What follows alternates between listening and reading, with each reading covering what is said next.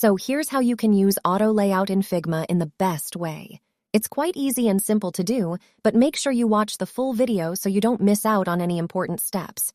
So the first thing you're going to do is open up any browser in your system. Head on to the search box and write www.figma.com. Now click on the first link, www.figma.com.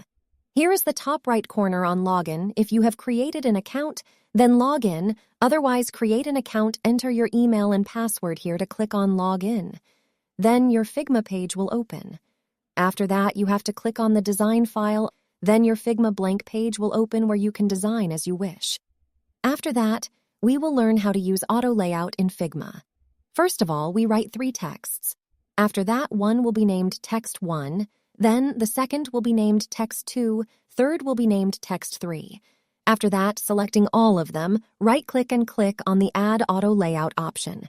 There will be an auto layout section on the right containing various properties. So let's see what these properties do. There are 3 options below auto layout. First, we will click on vertical layout and our frame will be vertical. Then we will click on a horizontal layout so our frame will be horizontal.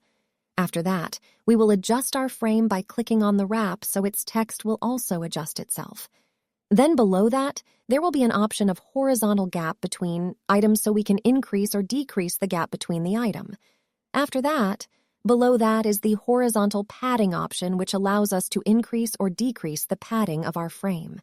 An equivalent to that would be the Me option will be vertical padding from which we can reduce or increase the vertical padding.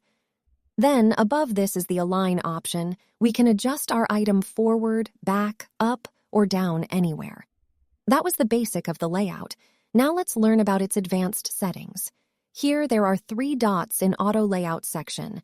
Click on it and its advanced settings will open. Then I will design a shape in which, then inside it, we will write a text, and I will increase the stroke after that. I will open the advanced settings, and then I will see the option of stroke. It will have 2 options with the help which we can include or exclude stroke. After that, I will create 3 circles, then click on Add Auto Layout option and open its advanced settings and see Canvas stacking. Here there are 2 options in which we can put these 3 circles first on top or last on top.